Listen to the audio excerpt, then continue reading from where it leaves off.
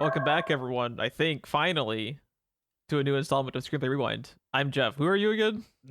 I'm alive. That's what I am. Uh, It's been a month, Jeff. It's been over a month.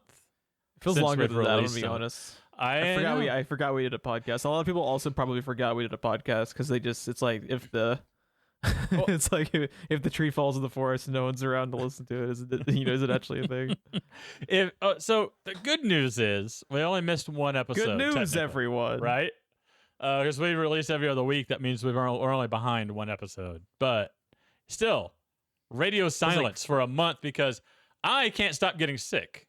Apparently. Yeah. Would you like to elaborate a little bit further? I talked a little bit on the Twitter about like why we're gonna be delayed a little bit, but did you want to elaborate any further? Just that kids are disgusting.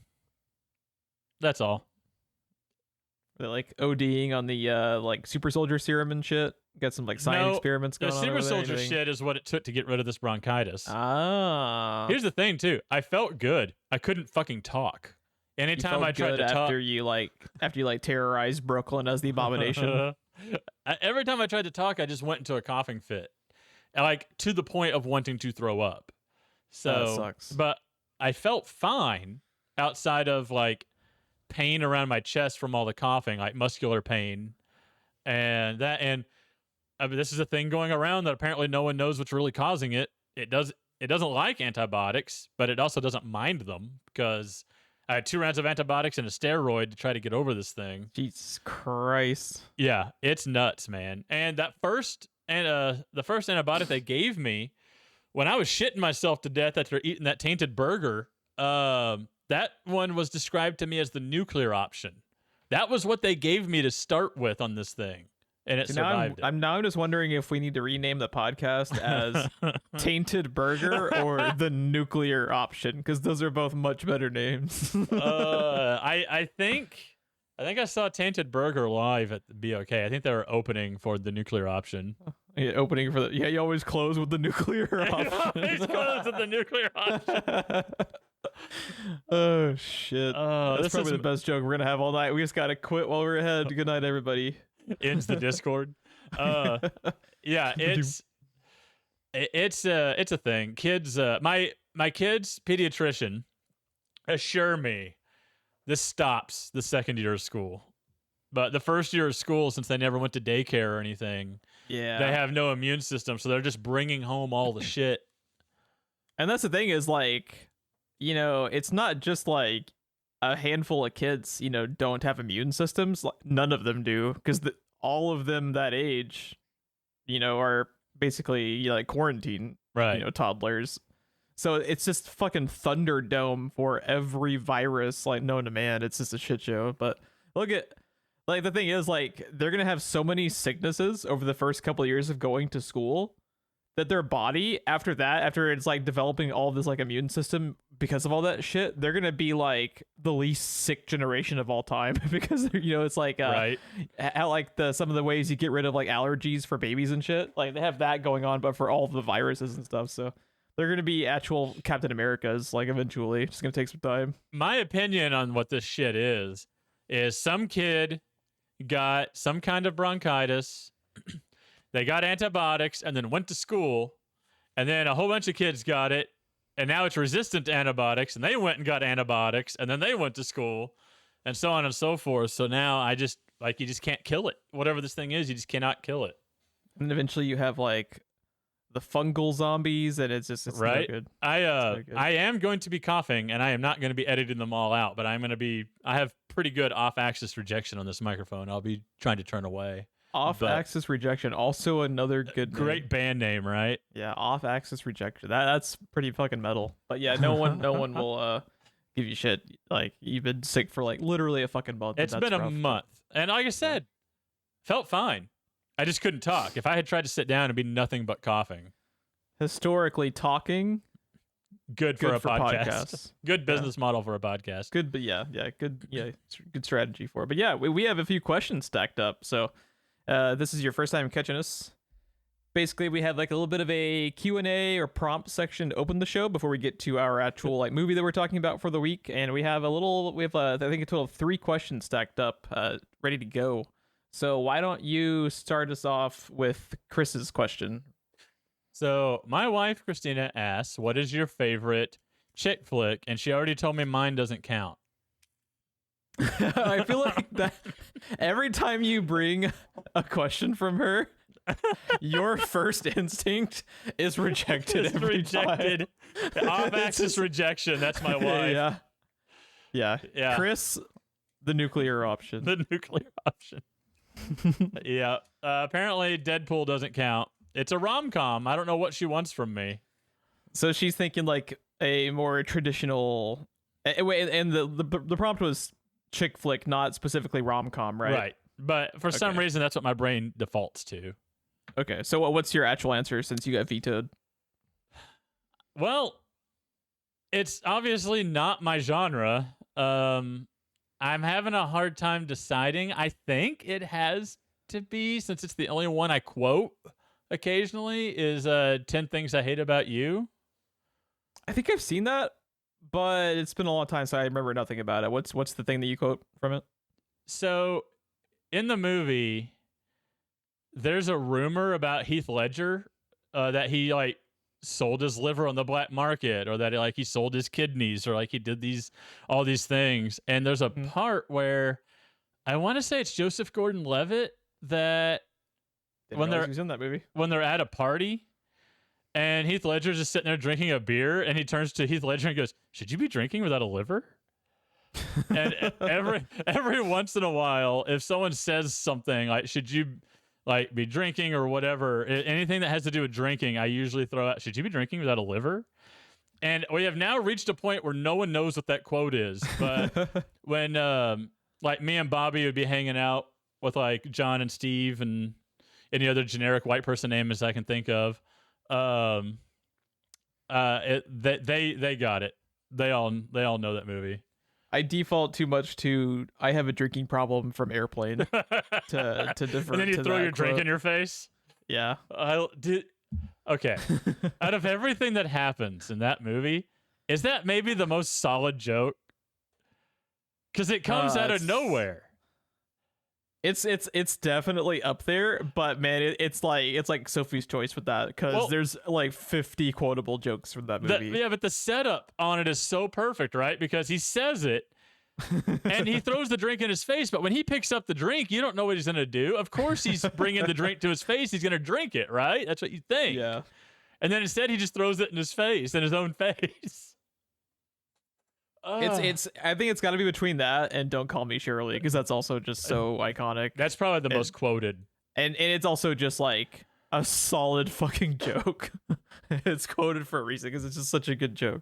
It's so simple. Yeah. And that's like the thing with Airplane and like that era, that type of comedy, is the joke will be so simple that it's simultaneously stupid and genius. And that was like their magic. Oh man. Yeah, so good. My runners up though, I actually don't mind to bring it on. And one time I went over to my buddy John's house, and him and another one of his buddies were already drunk, and they were watching Pitch Perfect. And that is the story of how I ended up watching Pitch Perfect. And I actually don't mind Pitch Perfect. I've never seen any of the sequels. I have never seen any of them, which is surprising. But because I feel like I'm the only person that's never seen at least one of those movies. I walked in and I was like, "What?" I walked into his house and I was like, "The fuck are you watching?" And they're like, "This movie was already on TV and we thought it'd be fun to make fun of it, but it turns out it's really good."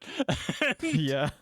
I was like, "All right, then I'll make fun of it." And no, it was good.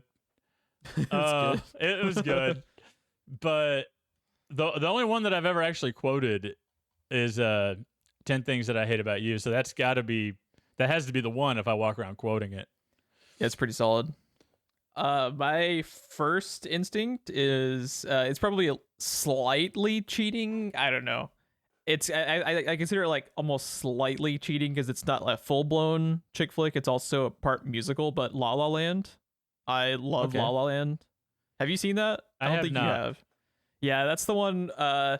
from the guy that directed and wrote Whiplash, Damien Chazelle. I forget to pronounce his last name, but it's Ryan Gosling and Emma Stone, who are just wonderful in that movie.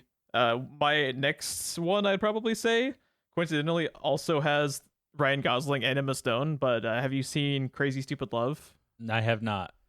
That one is with Ryan Gosling, Emma Stone, and Steve Carell, and is one of those movies where it's like it's also got oh god, Marissa Tomei, Julianne Moore. It's got like a pretty good cast, but it's one of those where on paper it shouldn't work, but then you watch the movie and you find yourself liking it almost like instantly, just because the acting is really great in it.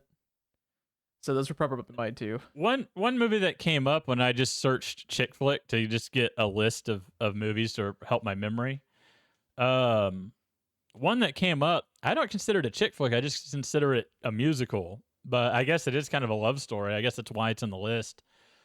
But Moulin Rouge is in there. And I like Moulin Rouge, but I don't really consider it a chick flick. Yeah, I consider that just like a full-blown musical. I just consider that a musical, yeah. I haven't seen it though. I've only seen it. It's good. Is it the one with Ewan McGregor? Yeah. Yeah, I like Ewan McGregor. Yeah, it's good. I like it, but I don't really consider it a chick flick. That's why I didn't say it. Yeah, I think that one. So that's why I was kind of like, I think La La Land is like 60% chick flick, 40% musical. It leans more towards chick flick, but I think that's just like way too far into just being full blown musical to. You will hate Ewan McGregor at the end of it, though. That's not possible. Because I love that man. He's already ageless, right? He just does not age. In fact, as he does slightly age, I think he gets even better looking. He's already too good looking. I don't need to hear that he can sing amazingly well either. I don't need to know this. It's fucked up when people have, leave all the some talent. for the rest of us, Obi-Wan.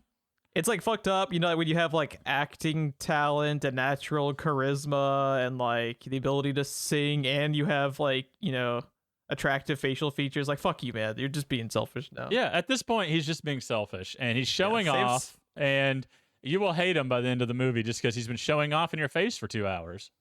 Yeah, but I just can't bring myself to hate that man because I love him too much. Oh, I can't stay mad at him. Yeah. He's too pretty. I just can't stay mad at him. Yeah. He's our only hope, dude. I knew one of us was going to work it in somehow. I just couldn't figure out who or how. Yeah. So there you go. We'll have to see. You'll have to let me know what her reaction is to our answers, and also ask her if she has seen either La La Land or Crazy Stupid Love, because I think she might actually like those if she hasn't seen them. I will pull up our next question. This is from the man, the myth, the legend, Bobby. Did you see he was getting salty? Did you get that text? Did he send that in a group text? About where's his fucking podcast or whatever that he was. Yeah, he's like, I finally sent in a question. You've been begging me for a question, and then there's no podcast? My favorite part of his submission, though, is the fact that he has a GIF of a person in one of those hysterically awful fucking dinosaur costumes on a stripper pole, because of course he does. Yes, which may be one of my favorite things that's ever happened on the internet. Yeah, it's so stupid that it's incredible. The only thing that's better is all the GIFs of the stripper pole falling when people are on them. Yeah, but Bobby says, I love the subject. It's so fucking ominous and threatening. His subject line is simply, "You want a question." But he says, after hearing Geoff emotionally plea for a question, hearing Geoff emotionally plea for a question from me, I'm back, baby. What is your go-to snack to watch movies? I'm back, baby, but we weren't. No. We left the room. Yeah.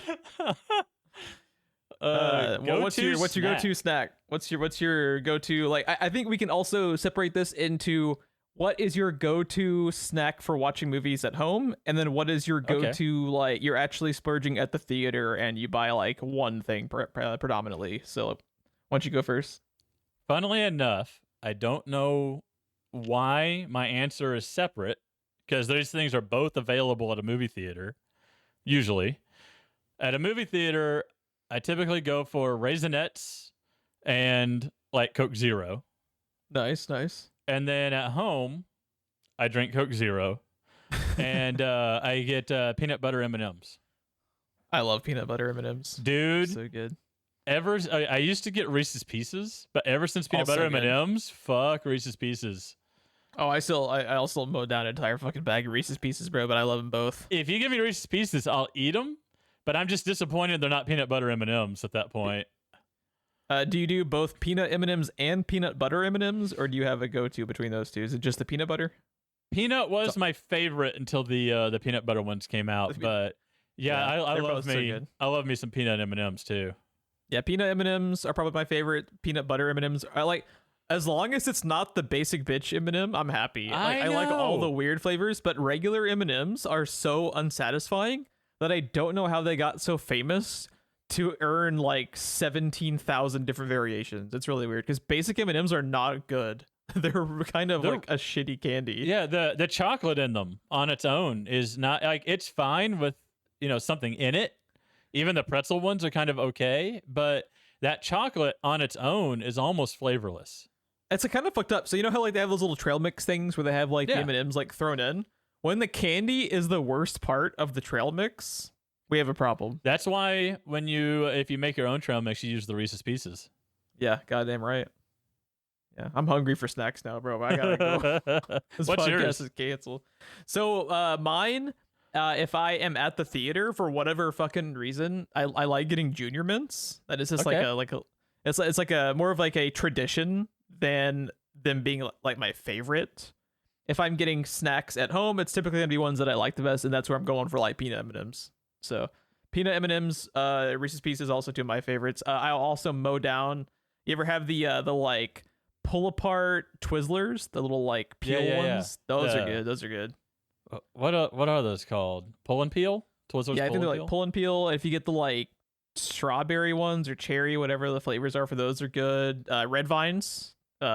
Red Vines Bobby, are superior to regular Twizzlers. Agreed. Yeah. Bobby actually, I think, turned me onto a bunch of Red Vine purchases a few years ago because I had never really eaten that much just because my dad is a massive Twizzlers guy. So I always grew up with Twizzlers in the house or, buying Twizzlers at the theater. But I think he brought them to a get together we had at your house. Yes. And I was like, okay, I can get down with some fucking Red Vines. They're good. And I was so excited when I worked at the Tulsa Cinemark and Twizzlers you just couldn't get. So they shipped us Red Vines. Mm-hmm. And I got to sell and introduce to people Red Vines. And when people are like, I don't know what that is, but you don't have Twizzlers and I want Twizzlers, so I'll buy that. And I'm like, dude, you're not going to eat Twizzlers anymore once you eat these. Yeah, it's weird too. I love Twizzler pull and peel. I will eat regular Twizzlers, but I don't think they're particularly good. Compared to Red Vines, they're kind of flavorless. Yeah, they're pretty. The texture, they have a flavor. Their texture's a lot more waxy too. Yeah, I like the texture of Red Vines better than basic Twizzlers, and I like the flavor better. So it's just a better candy overall. But yeah, we ended up keeping Red Vines because they sold so well. Yeah, fuck yeah, Red Vines. Yeah, cool. It was great. Yeah, I had a buddy I used to go watch movies with. He always went for like the chewy sweet tarts, or like the Sour Patch Kids. Mm-hmm. So what was always great about us going to a movie is whatever I got had some form of chocolate, right? It'd be peanut M&Ms or Raisinets, something like that. And then he had the fruity candy or like the gummy candy, and we just stuffed them into the cup holder in between us and just went back and forth. Nice. So got a little bit of both. There you go. When I was a kid, my favorite one was Bunch of Crunch. I'd eat like a whole box of Bunch of Crunch instantly. I've never been a huge Crunch Bar guy, and I just cannot. I can't explain why. There's nothing wrong with it, Yeah, they've actually I've kind of drifted apart from Bunch of Crunch a little bit when I've gotten older. Bunch of Crunch and I are separated at the moment. Yeah, we had a whole rom-com falling out. We'll eventually get back together. But I like Bunch of Crunch. It's just one that I honestly, for whatever reason. Maybe it's because I had it so much as a kid that I kind of got a little bit burned out on it because I just remember having it all the time when I was a little kid when watching movies. Because my family is just a bunch of movie nerds. We went to the theater probably once every 2 weeks, if not every week. Basically, that was our thing. Yeah, is just going to the theater. It's why it's my church, bro. When fucking theaters closed down for the pandemic, that was the thing that devastated me the most. Yeah. Is it just like shook my entire foundations, dude. Not being able to go to the goddamn movies. That, so even sad. though I've never been, hearing the ArcLight go belly up, Yeah, I was like, so oh, that's Mecca, man. Yeah, it's really, really sad. What are your feelings on Milk Duds? Not a Milk Dud guy. Them and Really Dots, I'm not a huge fan because I can't get them out of my fucking teeth, and they pull all my fillings out. Milk Duds and Dots both. Yeah, never been my favorite. Yeah. That's the thing. There's just too many fucking good candy options. I can never. There's so many. I forget some of them if they're not my main staple. One of my favorite things that happened is when Walgreens started selling the movie theater boxes candy, because it used to be the candy at a movie theater came in a package you couldn't get anywhere else. Yeah, the little like rectangular box. Yeah, they'd come in the little rectangular box. Everything was in a bag everywhere else. But then Walgreens started selling the movie theater candy, and you can go get like Raisinets for half the price in the same box. And once you're behind the podium, no one even knows that you snuck it in, and it's amazing. Yeah, I feel like you and I are both entitled to screw over Cinemark as much as we want after we worked there for combined like 35,000 years. So I don't feel bad about it. To this very day, I'll sneak in shit. I don't care. I am pretty sure they're the reason I'm taking anti-inflammatories for my knees. Yeah. Yeah, that company was the worst to work for, man. And somehow I still miss it. I still miss it. Yeah. I still miss it. Yeah. I would go thread up a projector right now if they'd pay me to. God, I need to just go find like some. They probably still have. They actually know they do. At least in like Austin and Hollywood and stuff, they still have some. Because Ryan Johnson is like constantly tweeting about how he's got his like latest movie like threaded up in 35 at some fucking theater. So some of them still do it. God, that'd be such a joy to still be able to go and run a booth, even if it was for special occasions. That'd be, like once every few months when like the big director was in town, like getting to like build the movie would be so cool. Yeah, we have a drive-in movie theater here called the Admiral Twin, and we actually know a guy that worked there for a little while. He has the exact same projectors there that we had at the Tulsa, the exact same Christie projectors. So nice. He would work for. It was the same people that owned. It was a Cinemark over at 60th Memorial behind the Red Lobster in the shopping center. Mm-hmm. It was the same company that bought that theater from Cinemark owns the Admiral Twin. And he would work however many hours there, and then he'd go over to the Admiral Twin occasionally and run their projection booth there. And he was telling me it was the exact same projectors. When he walked in the room, he was like, I already know how to do this. He's like, he's good to go. He was like, I already know how to do all the maintenance. I already know how to do everything.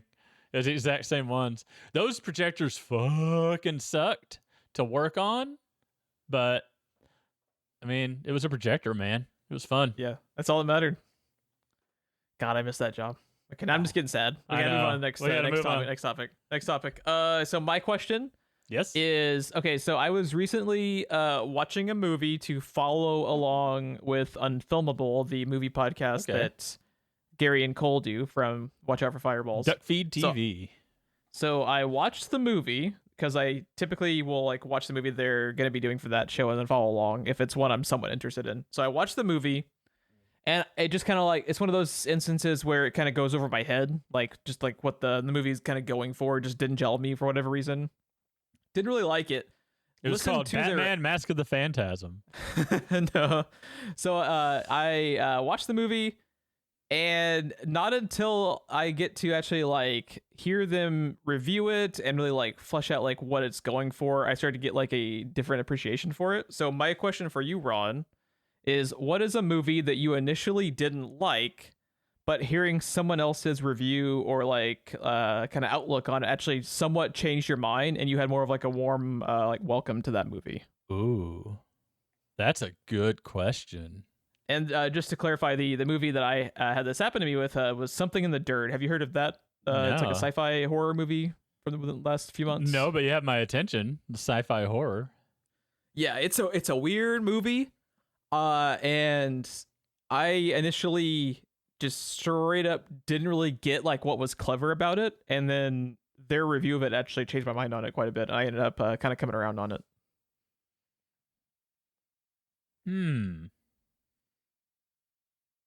What? I can list a couple of games probably, but movie. I listen to more game podcasts than I listen to movie podcasts. Well, so here's something. Is there anything you and I have covered on this show that you liked it better after like our episode for it, versus like how you felt instantly after just watching it? Like you thought more highly of it after actually kind of like talking about it and really like reviewing it? No, my thing with our podcast is more like I probably wouldn't have watched it otherwise. Like I watched it for the show. I wouldn't have watched it on my own.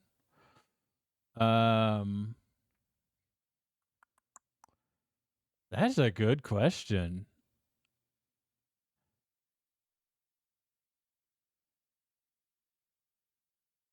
I am having a hard time thinking of something.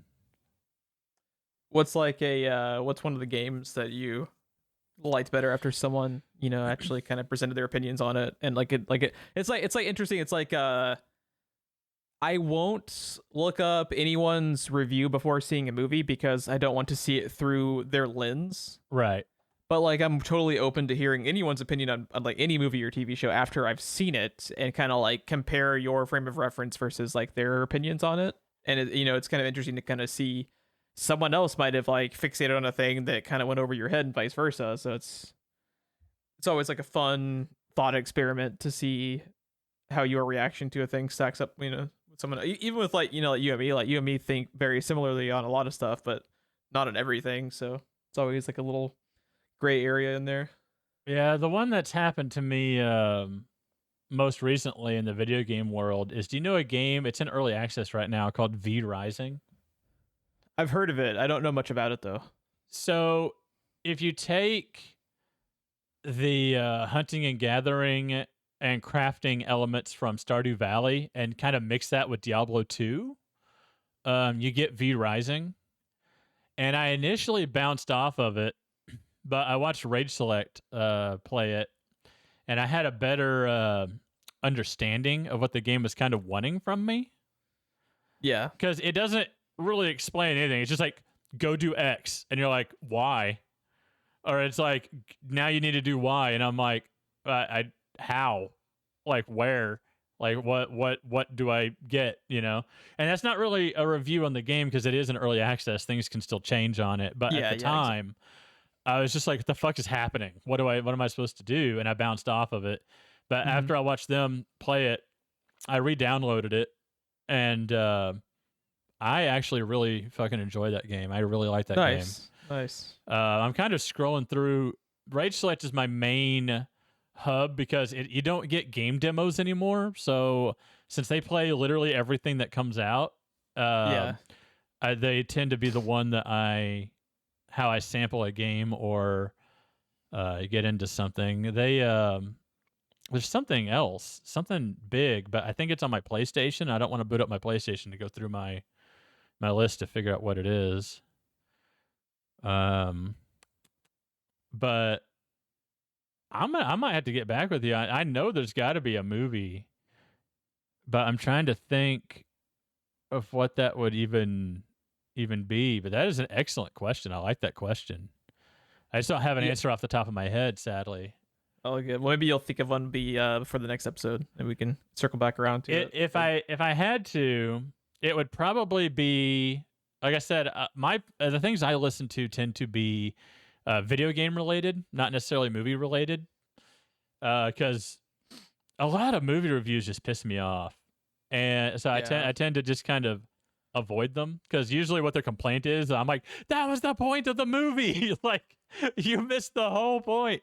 So I tend to just avoid that. But what I would guess, if I found a movie to answer your question, it would be one that after talking to you or after talking to Bobby, or something like that. And that's totally viable too. Just like hearing someone else's opinions, just in any sense, like where it kind of like made you reevaluate and kind of like second guess your initial reaction. Because like one thing that's interesting too is like your first experience watching a movie can be dictated by so many variables.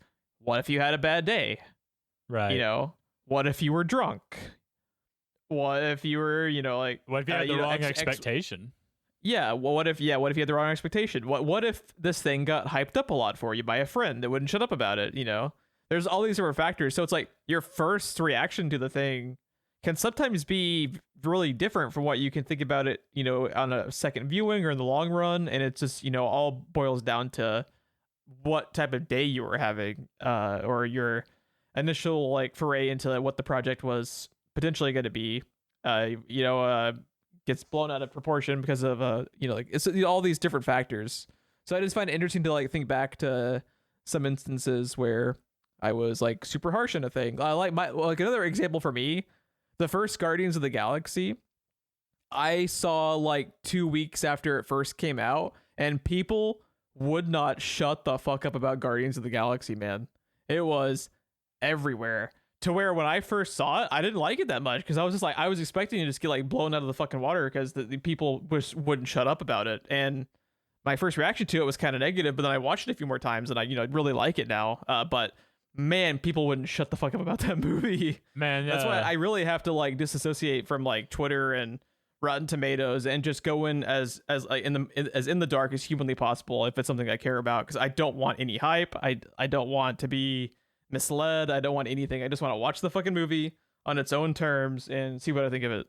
I had completely avoided anything and everything to do with Guardians of the Galaxy, including the comic books. I knew nothing about that property going in. And yeah, I would have been one of those because I fucking love that movie. Yeah, I do now. I just wish people would shut the fuck up sometimes. Love it. Yeah.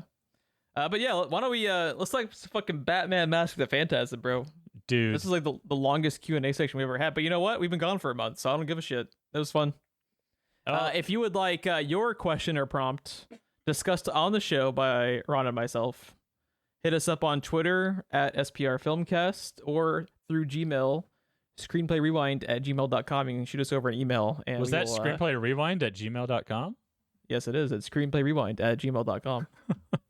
If you ever wonder why when you're listening to like a commercial or you're watching TV and there's a commercial and they say a thing 3 times, supposedly that's what it takes for your audience to remember it. Gotcha. So you will like, especially like I started listening to the radio again recently because it's easier to censor the music for my 6-year-olds than trying to find a playlist that is already censored. And ever since I learned that fact, I have noticed every single radio commercial will say a thing 3 times. They're also like constantly, back when people actually use telephone numbers, you'd have the telephone number regurgitated at you like 10 times in the ad, Yeah. Just like relentless. Dude. Batman Mask of the Phantasm. This was your pick. Yes, it was. And is this our first Batman project? Your product? Yeah, that's what I was thinking. We tend to kind of steer away from the pulp culture stuff because everyone's already talking about it. So yeah. But yeah, this was your tribute to Kevin Conroy, which we're late, but this man had so much impact on our lives. I mean, oh my God, 1992 Batman the Animated Series. Yeah, and 91. Yeah. 92 was Batman Returns. 91 was Batman the Animated Series. Is that right? Yeah, it was basically he had like a 30-year, 3-decade-long career as Batman. Just like and not just like voicing him in TV shows. He had like the Arkham games and all the animated movies. And odds are, if you read a Batman comic, this is the voice you hear in your head. Absolutely, like just absolute legend, absolute just like legacy. He is so forever associated with Batman. And as my memory serves, he did a Fat Man on Batman with Kevin Smith. Yes. And as memory serves, at least in animation, he was the first person to use two different voices for Bruce Wayne and Batman. Yeah, he kind Which of seems like a fucking why wouldn't you? But he was the first person. I say at least the first person in animation because Michael Keaton used different voices, but kinda. I think Kevin Conroy's was the first. Well, he's a voice artist, so yeah, it's like he was the first one to do a very distinctive change between the two, where they come across as like two different personalities. It's not even just like his voice is different, but also he just comes across like a dipshit as Bruce Wayne, which is smart because that's the way to make him unassuming. Is if you just think he's an idiot, obviously he's not the Dark Knight, right? If he's just a fucking idiot. Real quick, I want to just say anyone that hears this that is a fan in the least of Kevin Conroy's Batman, to seek out that interview with Kevin Smith on his podcast, so good. Fat Man on Batman. So good. Oh my God, that interview is so good. And he literally just in mid-sentence can switch to either of those voices because he's done them for so long. Yeah. And Kevin Smith basically came every time he did it. Yeah, he absolutely did. Just like he really needs to be applauded too. By all accounts, just like one of like the nicest individuals ever. Oh yeah. He was always, even while he was sick at the very end, just constantly engaging with fans on Twitter, like retweeting posts from fans, always going to conventions and, just being really friendly with just a huge follow. Because like you got to think about it, like his career with Batman spawned like multiple generations. Like there's a lot of people out there that are fans of his, his work as Batman purely off the Arkham games. They might never even seen the cartoon, and to have like that type of impact on just the games as well as the show and so many of the animated movies that he did that are great in addition to Mask of the Phantasm, it's just like, man, what a absolute fucking legacy he leaves behind. And I was just so devastated to hear about his passing because it's like, even if the movie even if the Batman movie, like if you watch like an animated movie or something, even if the movie wasn't the best, if he was on screen, you were captivated because he was always so good no matter what the material was. There was no faster way to get me excited for anything than if you told me Kevin Conroy and Mark Hamill were going to be in the same project. Fuck yes. Yes. Oh my God. That was instantly my favorite thing. Even if it was a year from coming out, it was automatically my new favorite thing. Man. Yeah. No, Batman Mask of the Phantasm, in a way, in terms of animation, is kind of a weird one, Jeff. I was thinking about it when I was watching it.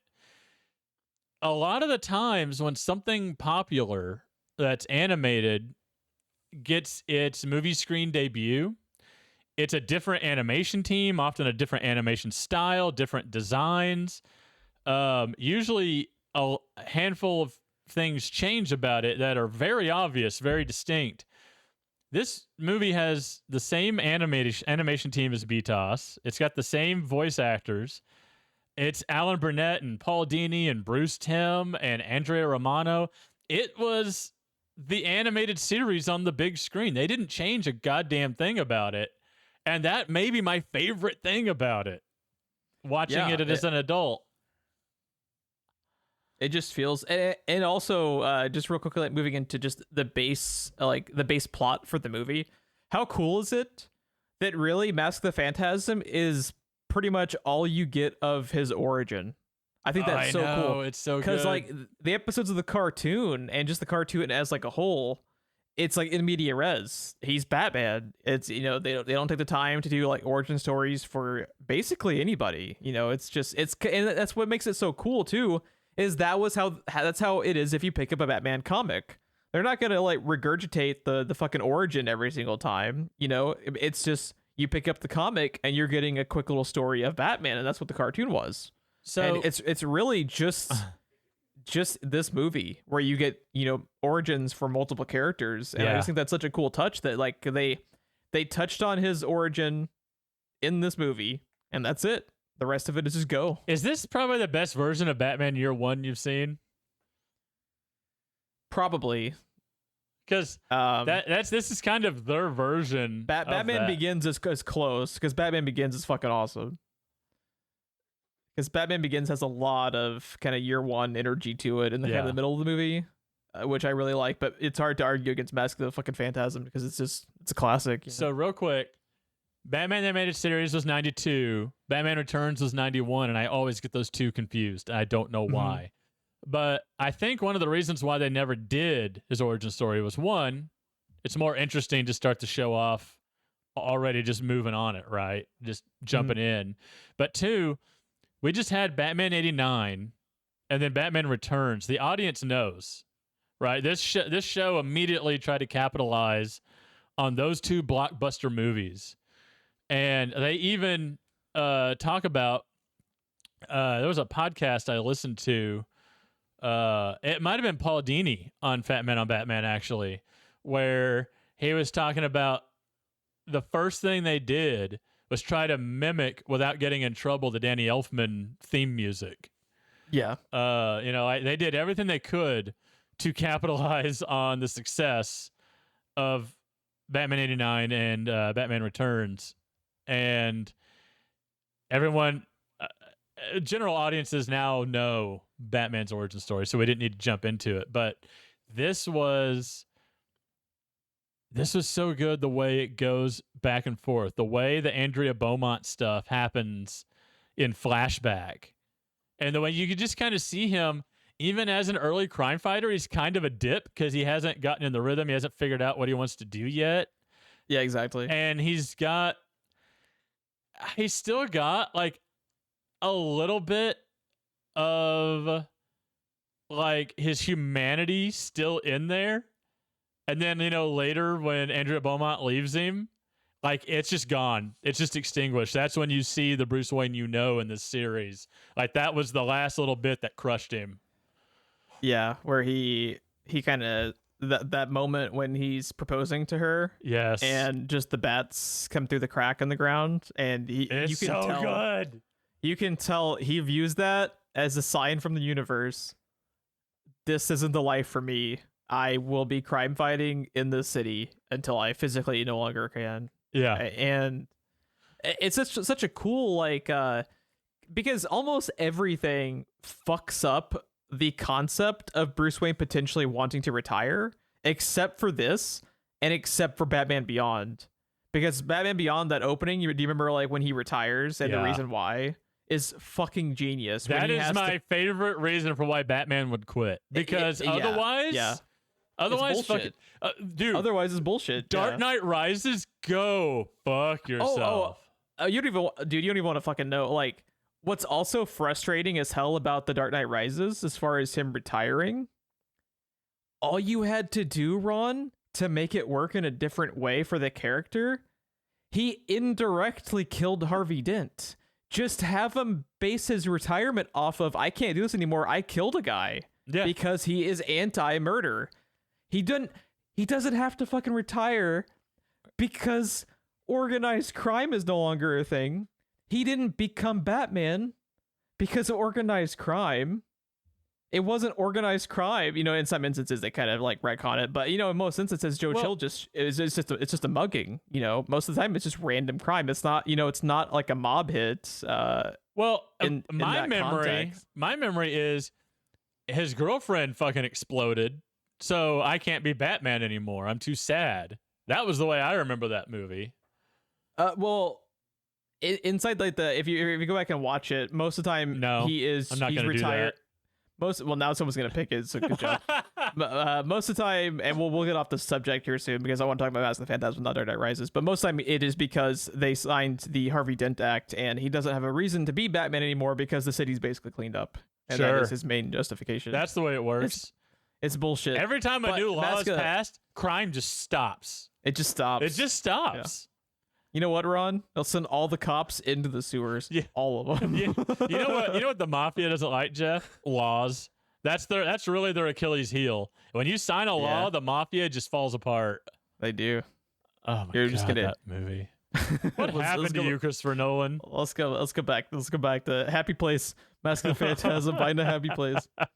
But man, like between the opening of Batman Beyond and him kind of flirting with retirement here, but like that scene when He's not even starting.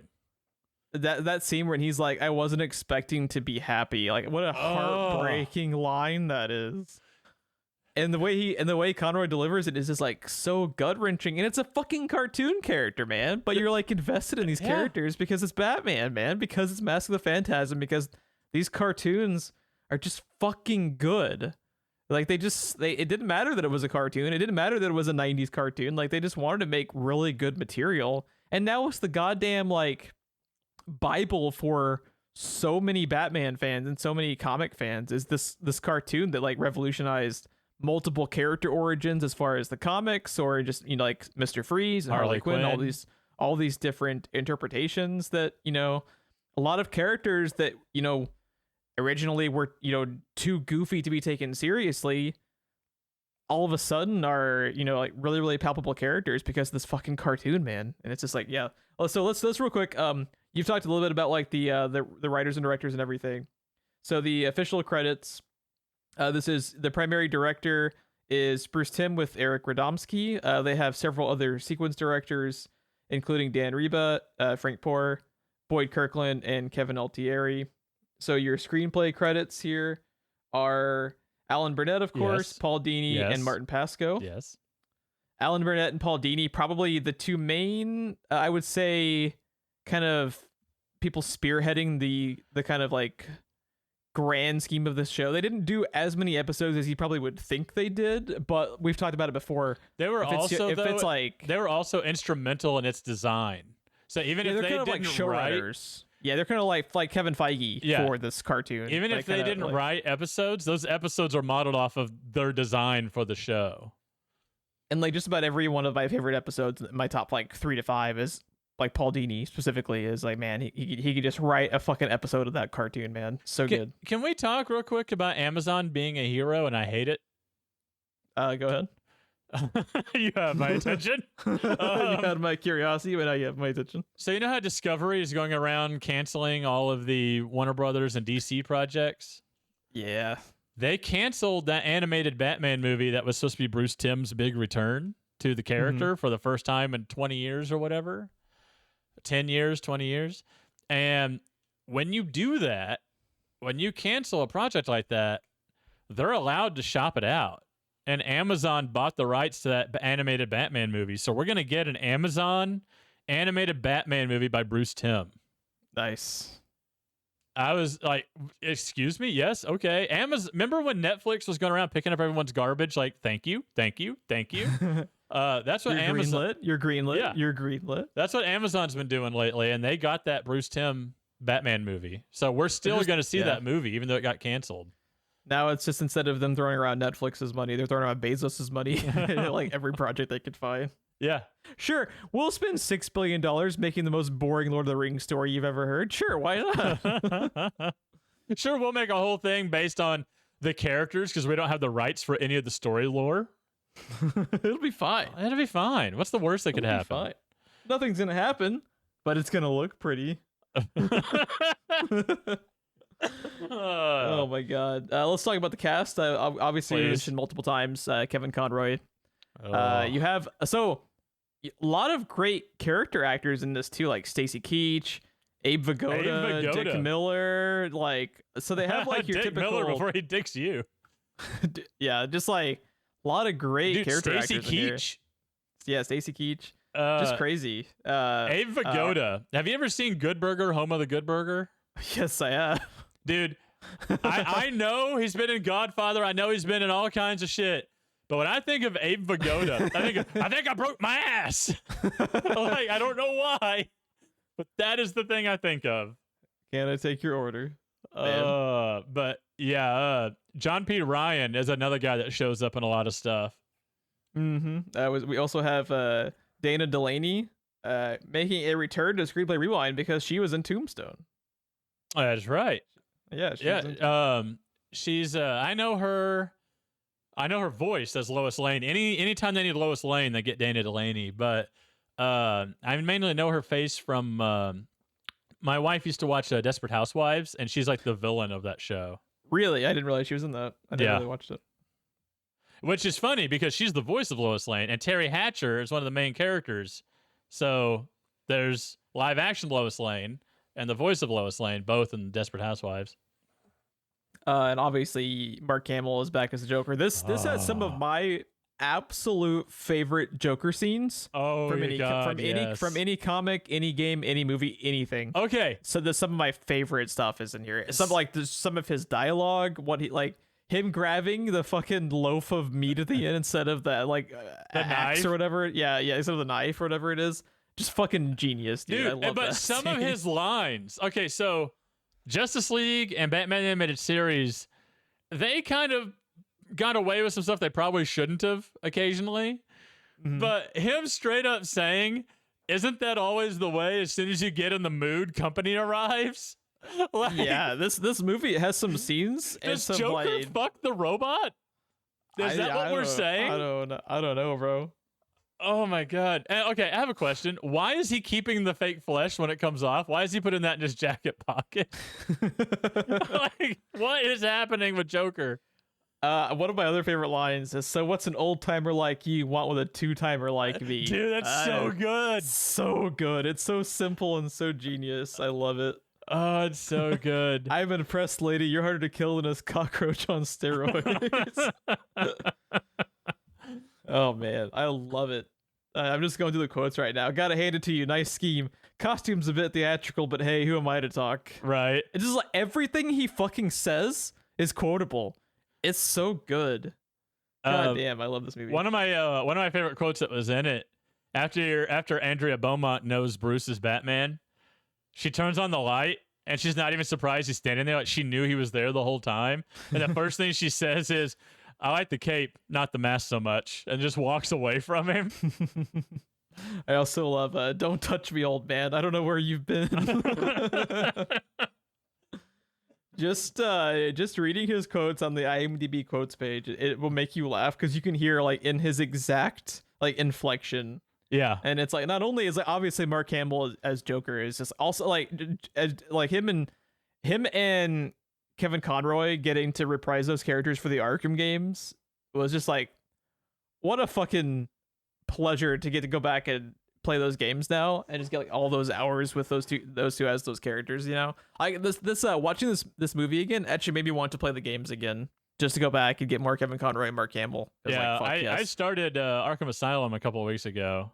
Nice. With I've been kids watching. I've been kind of jonesing for it too, so I think I might have to pull out some of my copies too. But man, one of the lines from the Joker, "For once, I'm stuck without a punchline." That was a good one. yeah, Yeah, it's fucking great. They never disappoint with their Joker, man. Can't be too careful with all those weirdos around.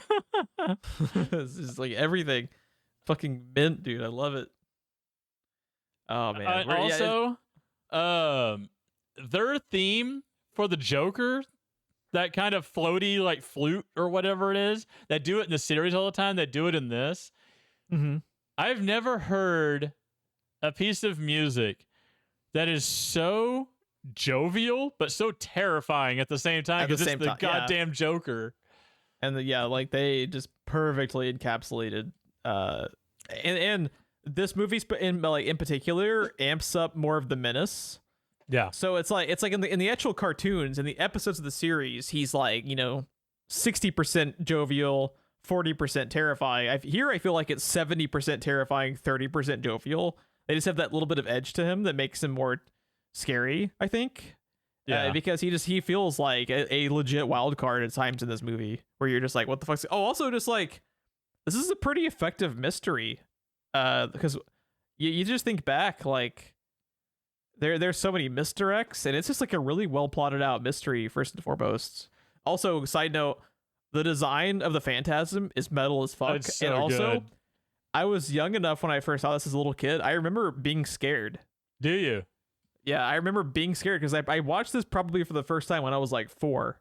And you just think of like the first few times you're introduced to this character, especially the scene in the graveyard. I was legitimately scared as a little kid watching this movie.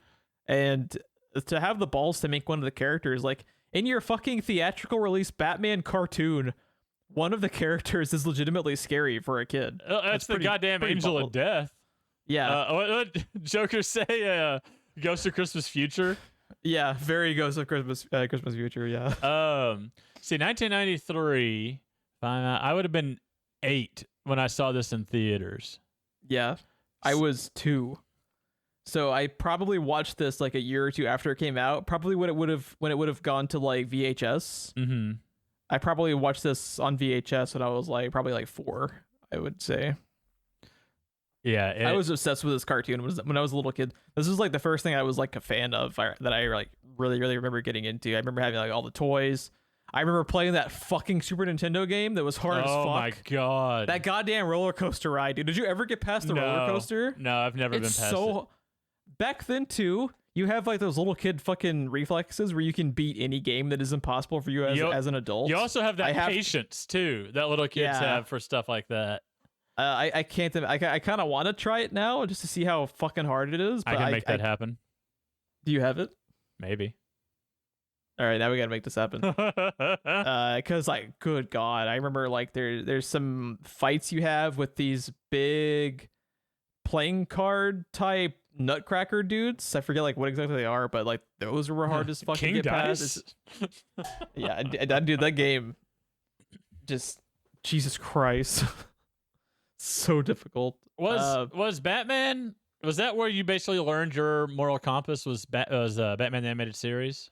Yeah, pretty much. See, for me, it was Transformers with Optimus Prime. But once this show started, because Transformers was over by the time I got to it.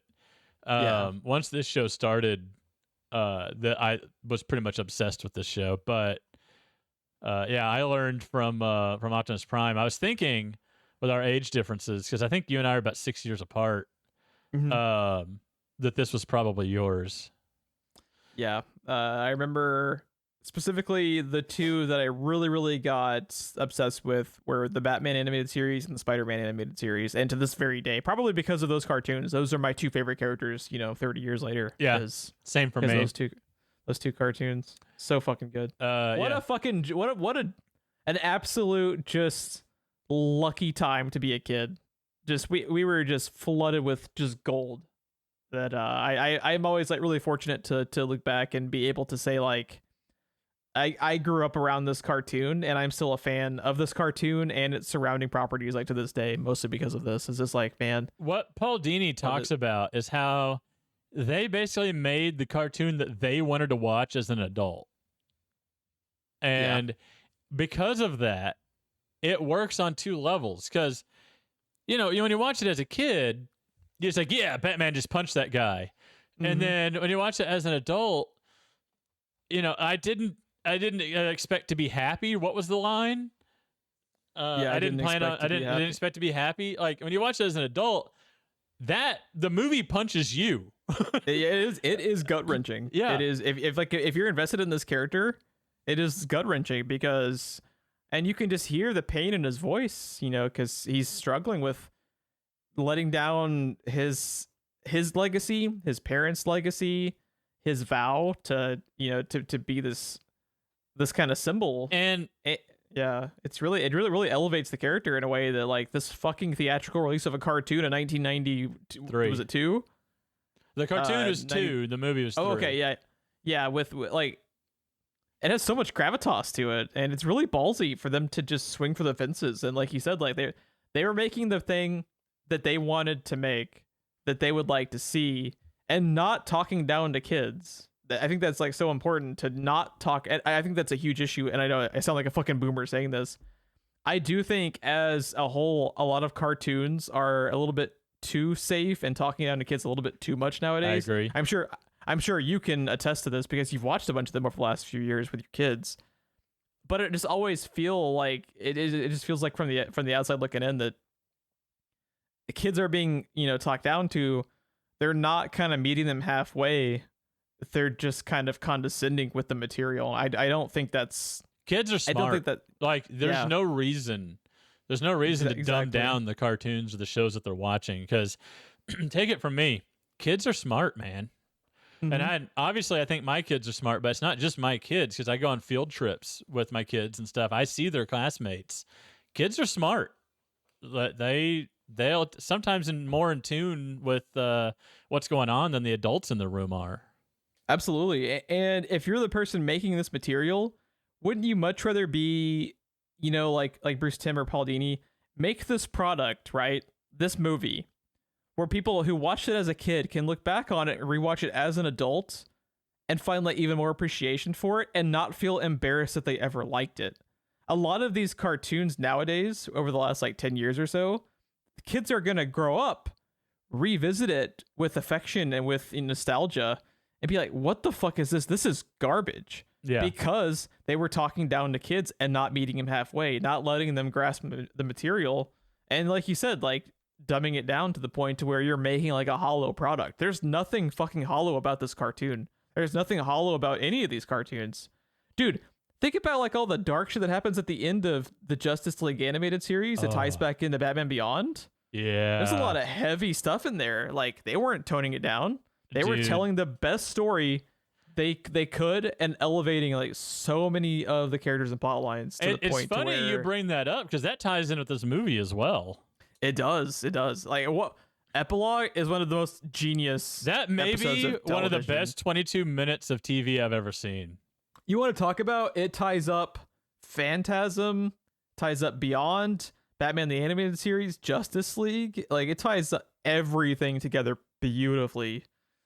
And man, like I get goosebumps just thinking about how good the last few minutes of that episode is. I also love the balls of we didn't get to do the thing that we wanted to in this other show of ours, so we're gonna take time out of this show that we're doing and tie up the other show because we fucking can. Yeah, and just what a beautiful like. Because what are you going to do? We're Andrea Romano, Alan Barnett, Paul Dini, Bruce Timm. Yeah, go fuck yourself. What are you going to do? What are you going to do? You going to stop us? You going to stop us from making great television and making you money? You going to stop us? So this is a plot line of the movie I wanted to talk to you about because you have often talked about how you can't stand writers going out of their way to actually give a like definitive origin for the Joker. Yes. What is your opinion of the way Phantasm handles the Joker origin? Because they kind of basically like tell you they don't go into detail as far as like showing a flashback of him becoming the Joker, but they show you who he was before. So what is your opinion on that? Because I know you're very kind of touchy about that subject. So I am biased because this movie, I fucking love this movie. And like I said, I saw it in theaters when it was brand new. Yeah. So I am biased towards this movie being okay with it. The thing that makes it okay, looking at it as objectively as I can, is we don't know anything about that character still. Mm-hmm. We know absolutely nothing about the mobster version of Joker. They don't even give him a name, right? They don't give him a name. They don't really give him other than them showing him be kind of a dick. He doesn't really have a particularly fleshed out character. For all we know, he's still just as sociopathic and psychotic. He's just not a clown. We don't know. Mm-hmm. So he's still an enigma. I think this handles it very, very well. Yeah, so I really don't have a problem with it. But again, this movie can kind of do whatever it wants, and I'm fine with it. When you do everything so well, yeah, you can kind of take your chances. I think it's a Joker movie with Batman in it, so that already is a plus. Right? They get a lot more freedom to play around with these types of characters when they've shown just how much they can do with the like Mr. Freeze was a fucking meme. Mr. Freeze at one point wasn't even called Mr. Freeze. No. It's crazy that one of the most like beloved characters now is because of a 22-minute episode of the cartoon. That's like that. It only took them 22 minutes of a cartoon to revolutionize 40 years of a character's backstory.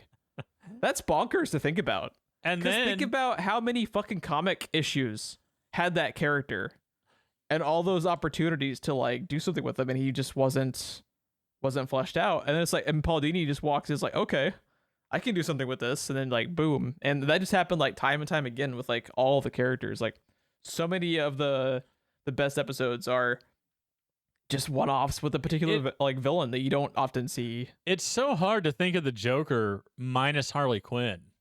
And there was no Harley Quinn before Batman the Animated Series. Mm-hmm. So yeah, it's crazy how synonymous she is with the Joker. You don't get one without the other hardly. You do these days because Harley Quinn is kind of spun off. But she's in a better state right now than the Joker is. Oh my god! Like they really have shat the bed with that character. That's for a while a now. whole other podcast. Yeah. You have the best performance in a comic book movie with Heath Ledger's Joker, and it's just the character just should not have been touched for like 20 years after that, and they just fucked it up big time. They legit damaged the brand. Dude, it's bad. The Joker is a joke, is what's happened. Mm-hmm. Yeah, it's a shame. It's a real shame, but yeah, giving Bruce Wayne. Is there has to be other stories out there where he falls in love and either wants to quit being Batman or almost never becomes Batman, right? But at least I don't know of any. Okay, so this is actually interesting. There is a very, very famous and beloved comic run. Okay. From the writer's name, I believe, is Tom King. Within the last few years, he became like Tom King sounds like the alias of a Batman villain. Right. So he became the main writer for Batman after Scott Snyder left. Scott Snyder, for people that don't know, did the Court of Owls stuff with New 52. Tom King, his like most famous arc from his run is Batman actually marrying Catwoman. Okay, I know about that. Yeah. I have been curious to go back and read it because it seems to kind of like have echoes of like Beaumont and Bruce Wayne to it. To where he's kind of like allowing himself a moment of humanity again. So I'm interested in that. And again, on paper, it sounds bad, but it's all about how you execute it. Because like on paper, elements of like Phantasm sound kind of wonky. It's like, we're having a Batman cartoon movie based on the animated series, and it's mostly a love story. Like that's kind of ballsy. Like that's not typically the angle you would take for this kids show, but like you said, they weren't making a kids show. They were making the best show they could, and that's huge delineation, I think. Yeah, I love Andrea Beaumont because she is basically the female Bruce Wayne. Mm-hmm. She is basically, now that I think about it, what Bruce Wayne kind of is in some of the newer stuff, right? Like the way her dad was tied into the mob and goes bankrupt and stuff. Nowadays it seems like it's the trend to make Thomas Wayne a villain. Kind of a lot of stuff. I think that is coming back around in this next Matt Reeves movie. I think they're going to dive more into that, because they allude to it in the first in the Batman, Pattinson movie. Yeah, in the Batman. So that's another thing too.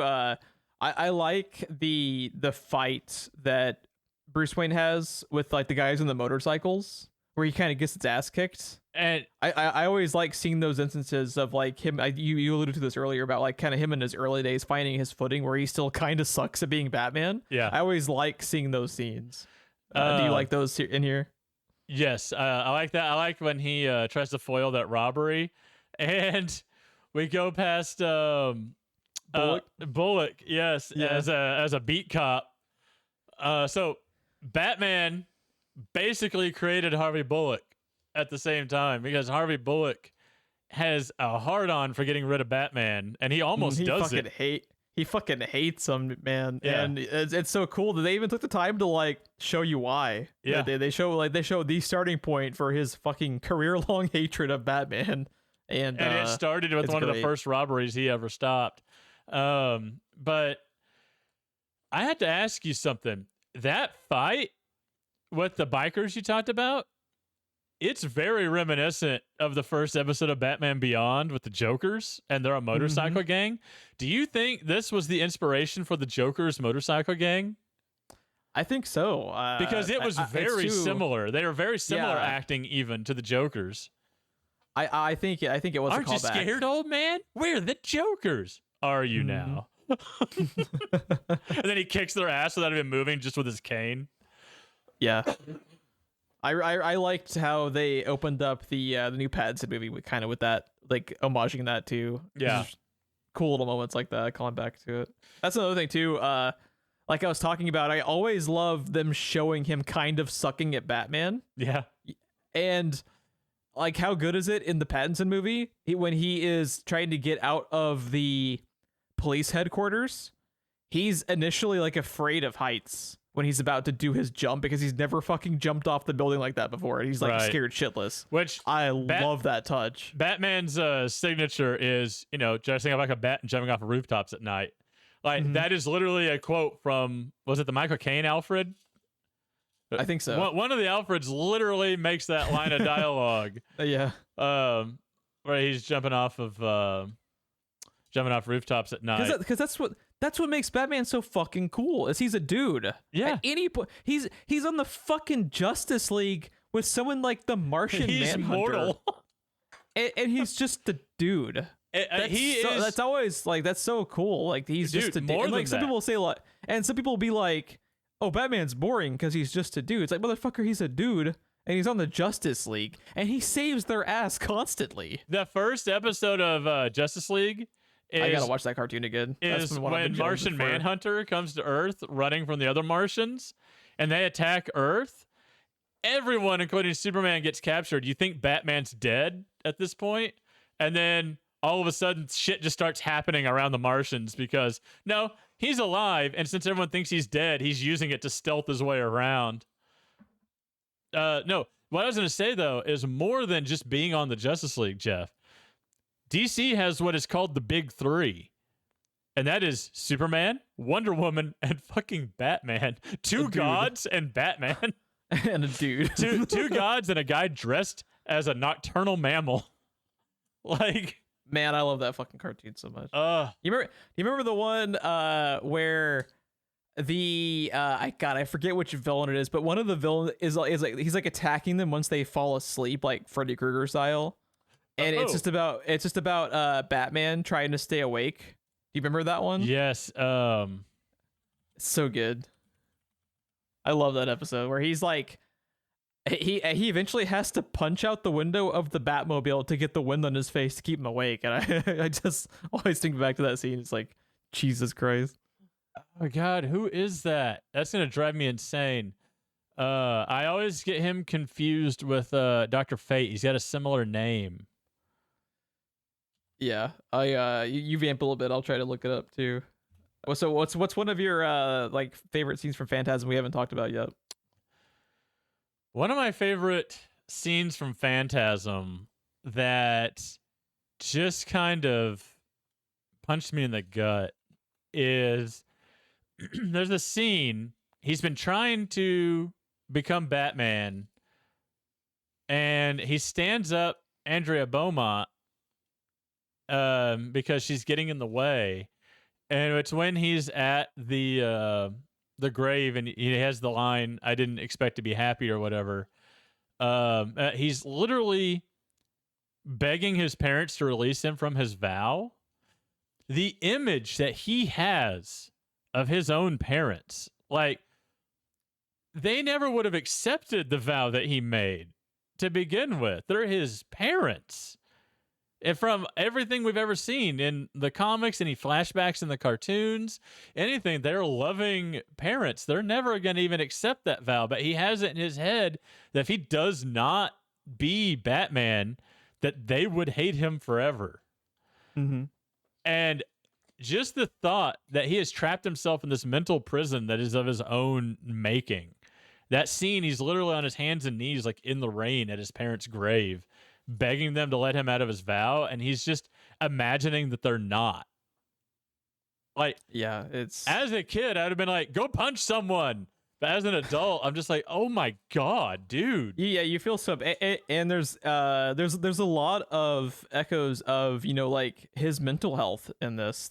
That's something that, like, I think a lot of the movies could do better with. Yeah. As far as, so he needs to be Batman, he needs to be a complete badass. He needs to be like a presence. But I like it when they actually let him be human. And, you know, you got to think about, to dress up as a bat, as a man, you know, not as Superman, not with these superpowers, you know, like not being bulletproof and going and jumping off rooftops and stuff. Like, something is wrong with you if you are willing to do that. And I think a lot of the movies kind of like glamorize his origin and his mental health a little bit too much. I think he's more interesting when you present him like this movie does, where he is human, he is struggling, you know, he has this kind of like this moment where he's having just such like a conflict with his own personality, with his own mission. At that point too, I think he's also like, there's almost like a sunk cost fallacy to him too, where he's like not only failing his parents, but he's failing himself, because this is it. You know, he's dedicated his life to being Batman and this mission, you know, to become this person, this symbol. And if he quits to be happy, did he not only fail his parents, but did he fail himself? And there's just like so much like depth to it that is in this movie that a lot of the movies just like, I think, incorrectly kind of skate by. Yeah, he's projecting it on his parents, but it's his image of himself. It's his own goal, but he's projecting it to where if he quits, he's disappointing his parents, and his parents have nothing to do with it. Exactly. I'm just, by the way, Dr. Destiny. Dr. Destiny. Yeah, that's the character. I knew that was driving you crazy. It was driving me crazy. It was in the back of my head, and I always get him confused with Dr. Fate in the cartoon, and I don't know why. Mm-hmm. Anyways, yes, that's an excellent episode. And I think when the episode started, didn't he say he'd already been awake for like 50-something to 60-something hours? Yeah, he's been awake for 2 days, because that's just his MO. He's constantly awake for like 2 or 3 days at a time, and he... That's healthy. Yeah, and I love like I forget. I think it was like a comic series, but at one point they actually like talked about how he has his sleeping pattern down to like a science, to where he gets the exact like amount of minutes that he needs to function. Jesus. And his like a lot of his meals, at least in, I think this was like the New 52 run that I most recently so everybody read. hates it. The New 52 Batman. Well, a lot of the New 52 stuff is shit. The Batman stuff with the Court of Owls is fucking awesome, and I will hear no contrary opinions. It's awesome. I have spoken. I have spoken. It's awesome. But he also his main meal he eats on most days is like a fucking milkshake consisting of like the exact amount of proteins he needs. So he has like his entire fucking well-being down to a science, to the minutes that he sleeps, and his fucking protein milkshake gross ass thing he eats every day, where he is just like consumed by, I need to be punching people in the face in alleyways as much as possible, which is awesome. But also it's like, you need to see a therapist, Bruce, please. There is, I was glad that you brought up his mental state, because one of the things I wanted to find a place to talk about in this episode is the Discovery Channel had been doing a series of things like the technology of Star Wars, the technology of Batman, the technology of whatever. And not to be outdone, the Discovery Channel, not the Discovery Channel, the History Channel, had like the psychology of Indiana Jones.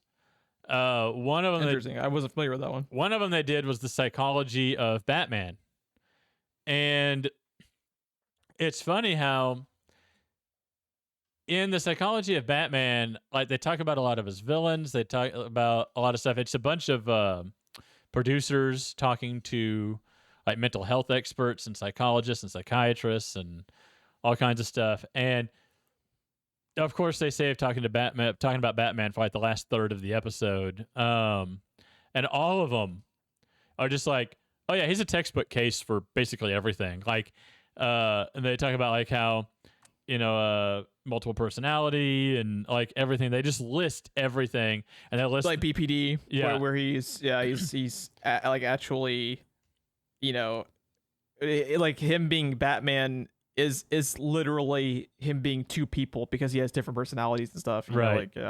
Not just a like an alter ego. It's like he literally is multiple people because he has a mental illness. And when they talk about like, oh yeah, it's a textbook case for this because of blah blah blah blah, it will literally like cut in clips from movies or whatever of him, showing that he's a textbook case for that thing. It was pretty cool. The Indiana Jones one was cool too. I should have mentioned it when we did the Indiana Jones movies. So what was, just like a real brief kind of rundown, like what was their analysis of that? Because I understand like the conversations that would happen around Batman with that like that topic more so than Indiana Jones. What were they saying mostly about him?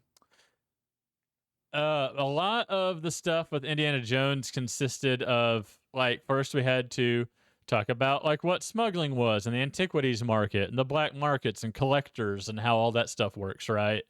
And the way the history around that actually was and how that has rippled throughout history and destroyed cultures, and there's so much that information that is lost and all kinds of stuff because of that market.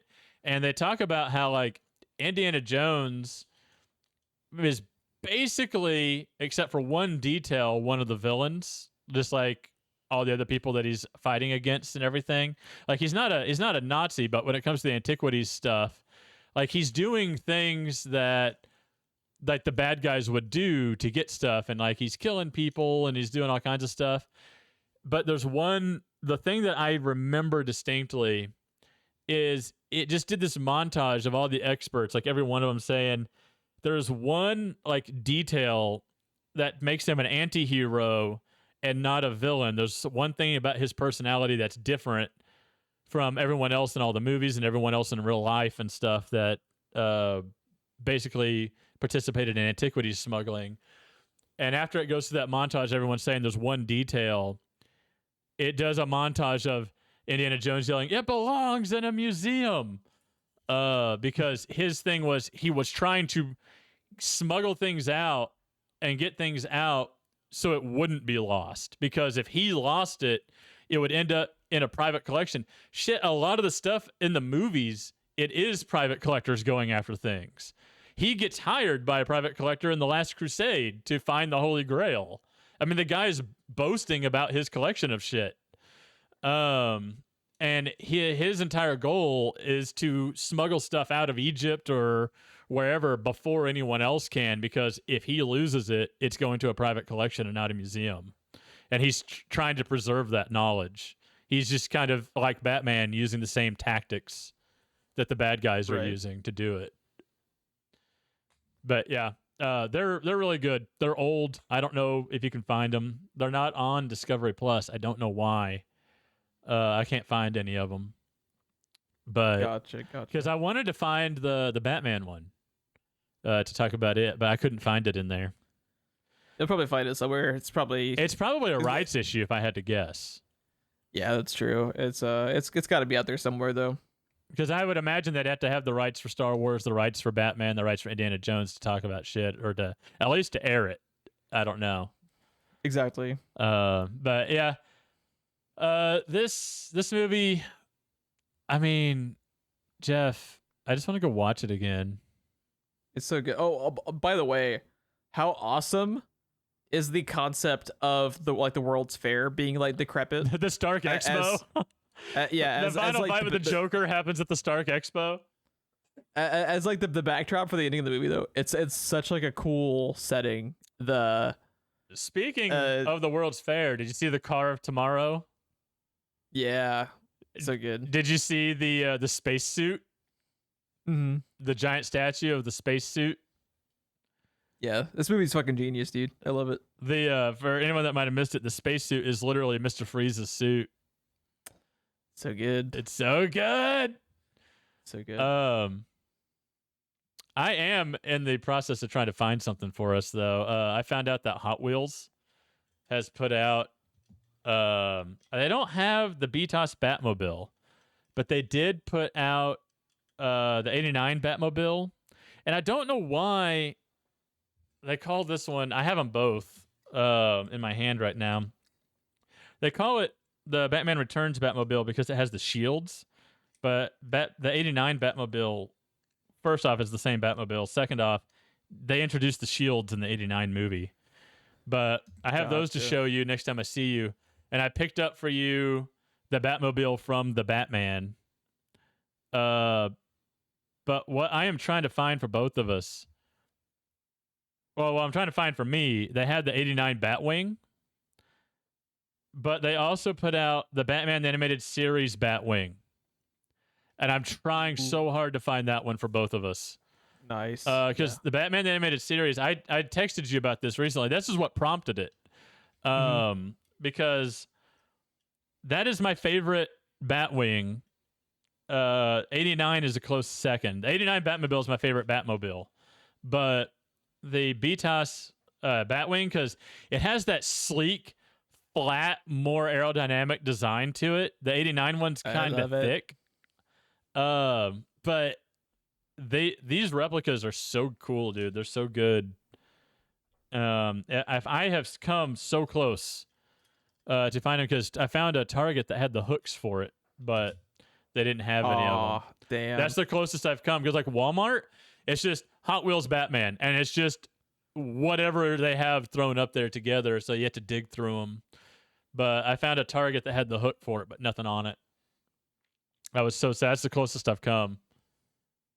But I will probably be knocking on your door the day I find it. Hell yes, you are. The thing I don't understand, I'm looking at the back of your Batmobile right now that I got for you, and they have classic TV series, I'm assuming 66 Batman. It's the Batboat. But Jeff, the stand for it is literally a trailer with Batman symbol hubcaps. Now, have you ever seen the Batboat being hauled behind a vehicle? There's a river that runs through the Batcave. It's parked on the water. Yeah. Why is it on a boat? I'm going to send you a picture of this. It is parked on a boating trailer. Like it's going to be pulled behind the Batmobile or like the Bat truck or something. Jesus. Yeah, it's real bizarre. I understand they needed a stand for it because a boat's not going to stand up. But I'm pulling up the picture now. What the fuck? Yeah. This is like when he's going to fishing on the weekend, right? Yeah, that's exactly what it looks like, right? Like it's like, yeah, like there's a sign like on the Batcave door that says "Gone Fishing." Yeah. I just sent you another picture. This is what I got for you the next time I see you.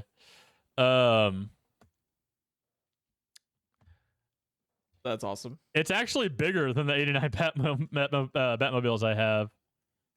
Nice. From the same series. It's like, I don't know, probably 20% bigger. Yeah, that's it. That's actually, yeah, so you just sent me the one from the Batman, the new Pattinson one. That's actually one that I would potentially put on the show for you and I to review at some point, is that one. Because you had the same reaction I did to it at first. But watching it a second time, I liked it a lot better, and I think analyzing like the choices made in that movie would be fun for one of these reviews. Just to kind of, not having an editor was a real choice. I do think that movie makes a lot of interesting decisions that would make for good conversation that we could talk about, and I liked it much better on second viewing. I don't know how you watched it a second time. The first time I watched it, I was looking at my watch like, is this movie ever going to end? It is way too long. It is so long of a movie. The only way I would ever watch it again is for the show, I think. Like, I was already just kind of meh on it, but the thing that pushed me over was, you're going to show me something that I find kind of mediocre. You're going to show it to me for 3 hours or 3.5 hours, whatever the fuck it was. Man. It is too long, but I think it has some good stuff to it. I mean, at least he wasn't branding people and killing cops. Like, I'll give it that. It's I think it has just some like really ballsy decisions it makes in like the second half once it kind of like ramps up. But yeah, you're absolutely right. About 20-30 minutes of it easily could have been cut out to make it a better movie, because like you got to understand, like, pacing is everything. If people are getting bored, you have a problem and you need to cut more. But yeah, anything else with a Mask of the Phantasm though that you'd like to talk about? Because I feel like we've kind of touched on. Obviously, we could go like through the specifics of the plot, but I feel like we've kind of hit home on like the legacy of this movie, and I think that's like the most important thing. Is like obviously it's a great movie, but it's just like thinking back to how important this movie is to like, man, this created like an entire cottage industry for Warner Brothers. Yeah. They're still to this day making fucking DC animated movies. Like it spawned an entire separate division of the company because this movie was just like so well renowned and like loved by its fans. Think about the significance of its release year, 1993. The show started in 1992. Mm-hmm. Think of the confidence. I actually just found that in the Wikipedia page too. Warner Brothers had so much faith in them and in this property, they increased the production budget to $6 million for this. That's crazy. This is just never hear of an increase. Yeah, like they had so much faith in this product, and it was just so well done. Like, how could you not? Like, man, the thing that I was thinking about that I wanted to close this episode out with, Jeff, I kind of touched on it a little bit before. I think when you announced that this was our movie. What is it about this version of Batman that you love? What is it about this version of this character? It's really not something I can boil down to just one thing. I just think like the main thing, and we talked about it earlier, is that I was able to watch this show and become fully integrated into the character and world of Batman, not the baby version of Batman. Yeah. Like I was never talked down to. I wasn't shown a cookie cutter safe product made specifically for kids as like an entry point. I was shown like one of the best versions that's ever happened for, because they just set out to make it as best as they could, and they showed so much respect to it that it's just something that like I appreciate so much, and I'm so glad that I was at one of like the most perfect ages to be introduced to this and to be introduced to this character in this way. What about you? The thing that I touched on last time we talked about it is probably the most important aspect of this character for me is Adam West may be the White Knight, and in the comics he may be the Dark Knight, but this is the Gray Knight, and that's the thing that I like the best about him, because he's not completely lacking a soul like some of the iterations of him lately are, especially like the Ben Affleck version where he's just fucking murdering cops in the middle of the street. Oh, he's the Punisher in those. He is the Punisher. Punisher. Just the Punisher. Yeah, he's the Punisher. And you know, the White Knight had its place. Like Batman 66 is the one that I grew up watching because that was what I had till Batman 89 came out. As I started watching that probably when I was 2 or 3, and then when I was 4, Batman 89 came out, and for some reason my mom took me to the theater to see that movie like 4 or 5 times. So you wouldn't punch a man with glasses, would you? Right. I love that movie. I love that movie to this day. I want to put it on this show so bad. And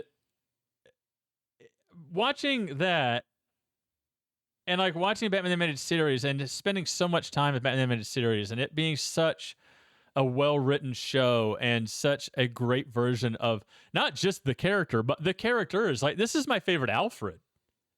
This dynamic that he has with Alfred influenced the way that they did him with their dynamic in all of the live action movies beyond it. Yeah. He's always beyond it. Batman beyond it. Not intended, but I'll take it. But it's just perfect. Like for instance, the charisma that like Michael Caine and Christian Bale have, like their chemistry. I think of this cartoon. It's the one that probably like reminds me the most of that dynamic. I would agree. Is Michael Caine and Christian Bale. But like this character, he wants to believe that his humanity is gone, but there are entire episodes devoted to the opposite of that. Anytime Mr. Freeze is involved, like he spends the entire time trying to save Victor because he realizes that Victor Freeze is a victim. And what he's doing is bad. He ends up having to take him down, but he spends the entire time trying to save him more than he's trying to fight him. You know, anything that has to do with kids, like, oh my God, the epilogue episode with Ace. Like, and then in Batman Beyond, he has a dog named Ace because of that episode. And when you realize that and your mind is blown, you're just like, oh my God, this shit's incredible. Yeah, like, he wants to believe that his humanity, you know, is gone, that there's nothing left, that he's hollowed out, but really he's not, and that's what informs the character throughout all of Batman the Animated Series. I don't know, the way the character himself is done, it's my favorite Batman. It's my favorite version of Batman. My favorite version of Bruce Wayne. It's my favorite version of everything. The best Joker. The best Joker. Yeah, the best Joker. The best Freeze. It's crazy. This show has so much heart in it. It is lightning in a bottle over and over and over again. Yeah. And it's just insane. Like, at what point to get through the Batman cartoon and to watch like the Superman cartoon and like just progress all the way through to like Justice League and for like to get to epilogue and stuff, and it's just like to still like be so consistent is absurd. There is a couple of podcasters I listen to that they're not a fan of Batman, and they take so much shit of from that it became a thing on the channel for a long time to just talk about how much Batman sucks and to come up with scenarios where he gets his ass beat and stuff. And they only did it to piss off people, as I just loved the emails that they would get. But but they're just really not a fan of the character. They're a fan of other characters. But anytime someone in an email writes in about Batman the Animated Series, they're like, oh, well, that one's excluded. Like, even they are just like, no, Batman the Animated Series is great. Like, no, I've got nothing to say about that. And then they'll go back into, like, you know, something in the comics or the movies or whatever. But anytime someone writes in about Batman the Animated Series, they're like, oh, no, that's a given. It is. Even they sat and watched Batman the Animated Series, not even being a fan of Batman. Because it's so damn good. It's like, do you like good stories? Do you like Are you a fiction? fan of story? Do you like fiction that's good? Well, we have a show for you. Because like, think of all like the different like fucking tones the cartoon hits too. Like, think of like Over the Edge versus Almost Gotham. You know, for, like, just the dynamic of the show, like being able to change on a dime is. And something that hasn't really been like replicated again. This team did it again and again and again. Like, we're talking about Batman the Animated Series because this is Batman the Animated Series on screen. You know, this is the movie that we picked to talk about. But Justice League did the same thing. Justice League Unlimited did the same thing. Batman Beyond did the same thing. Dude. The most impressive thing I think they ever did. You take away, like, erase your memory of Batman Beyond, right? No. You're being sold the concept today, never having seen it. So it's Batman. In the future, Bruce Wayne is old, and there is a teenager who's kind of an asshole. His suit is kind of like black rubber. I don't fucking know how it works. He can talk. I don't know. And he can fly. Doesn't it sound stupid? Doesn't it sound like shit? It sounds dumb. It sounds terrible. And you watch it, and it's fantastic. And it's just like they're creating, like, from scratch all the villains for the most part, except for the handful that come back from the original series. Like, well, that's one thing I was going to say. And it's just like, god damn. That's one thing I was going to say. When you watch Heart of Ice, you're like, they can never reintroduce me to Mr. Freeze like this again. There's no way you could ever do that again. There's an episode of Batman Beyond that does it again. It does it again. The episodes with Ra's al Ghul are fucking awesome. God damn it. Now I just gotta watch all the cartoons again, man. Like, I did the start to finish fucking binge like 10 years ago. I'm gonna do it again. You know, just BTOS, Beyond, and then the two Justice League cartoons. Then and I'll fucking do it again. The thing too with Batman Beyond, it was so beloved, it spawned a comic book series. We talk about how Batman the Animated Series changed the comics, like 40 years of material is already there. But Batman the Animated Series, I've never read it. Batman Beyond, sorry, I've never read it. But my understanding is it is fucking beloved by the people that read it. That it is just fucking amazing is all I've ever heard about it. And it did not exist before that cartoon. Man. Like, they spawned an entire comic book universe, which Paul Dini is a comic book writer, so I'm sure he probably writes issues of it. But this team, it's insane what they were able to do with what was in their toy box. And yet, the state of current Warner Brothers DC movies, I just don't understand it. I think I have a little bit more hope now with James Gunn. Yeah. Because because that's actually somebody who, like, you just think about like what he did with Guardians of the Galaxy. That is a step in the right direction, but as of yet, unproven. I'm still pretty. It's unproven, but they have a chance. They at least have a chance. You're telling me there's a chance? Yeah.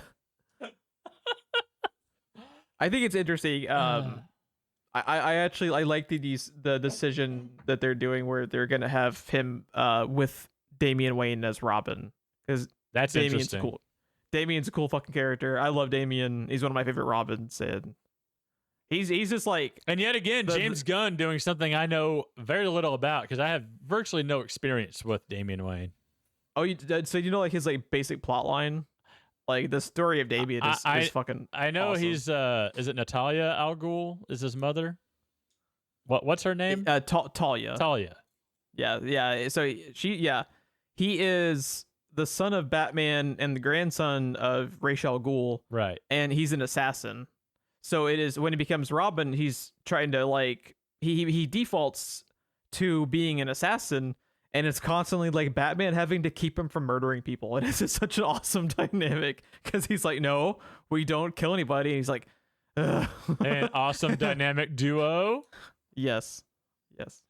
I always, that's actually a lot of the comics I've read over the last few years, the ones I've caught up on, were like a lot of Damian stuff. And James Gunn specifically talked about how like he's read all of those same ones and liked his dynamic with Bruce, and he's just a cool character, and I think that's a cool way to make it different. But we'll see. You know what I was hoping? I'm excited. You know what I was hoping they would do after the Arkham games? What's up? Because you played? Did you play all the way through Arkham Knight? Do you remember how that ended? Yes, I played all of them. So instead of going with whatever the fuck it was, Gotham Knights or whatever the live service game is, I was really hoping we would get an Arkham game with Dick Grayson as Batman, because in the comics, he's Batman for a short stint, and he's so good at it, even Commissioner Gordon doesn't realize Batman has changed. It is the Black Mirror.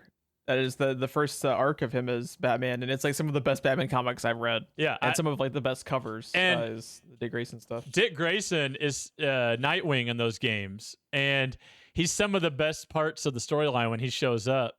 And I just really wanted them to do an Arkham, just one Arkham spinoff that takes place after Arkham Knight, where it's Dick Grayson as Batman, just to do that. Yeah, that is one character that they have notoriously like steered clear of after. I mean, I can't blame them because of how it went with the 90s movies. It didn't go very well where Robin is like 65 years old. No offense to Chris O'Donnell, he did the best he could, but it's just like, it's real weird when you have like 65-year-old Rob. It's like Tobey Maguire trying to be 19-year-old Peter Parker, and it's like, bro, you're old enough to be the professor. What are you doing? Now we're jumping ship, but when he shows up in No Way Home or whatever, it finally fucking works because he's supposed to be the older, more experienced Spider-Man. Right. And it finally worked because they weren't trying to convince me he's 17. Those fucking movies. But yeah. We're way off topic. Yeah, we're way off topic now. But man. But yeah, Batman, right? What a classic, dude. Old Guano Man's gone off the deep end. I am so. Can we talk about that for a real quick moment? What? Joker literally refers to him as Shit Man because he calls him Guano Man. Yeah. So I was sitting there and I was like, he literally just called Batman Shit Man, and I kind of love it. Yeah, it's great.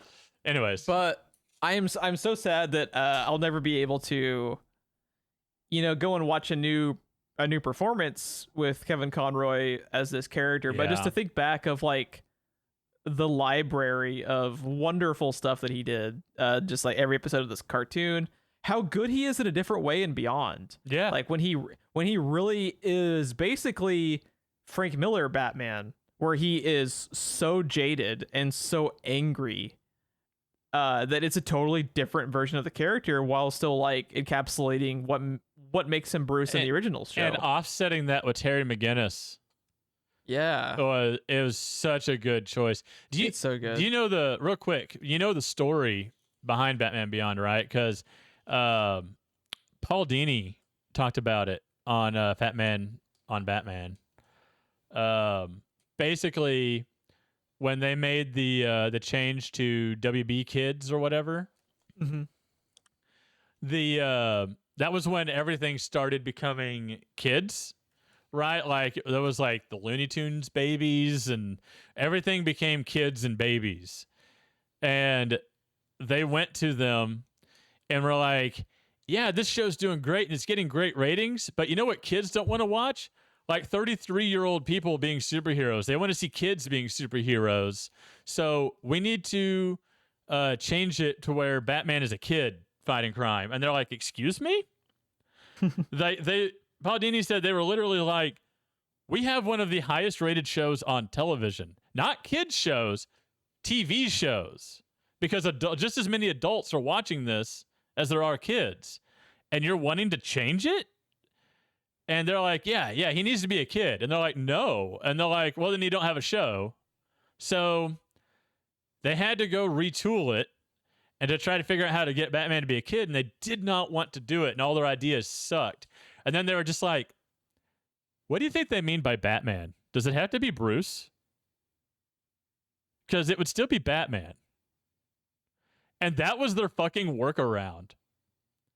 That was how they got around it. And you know what else that show does, Jeff?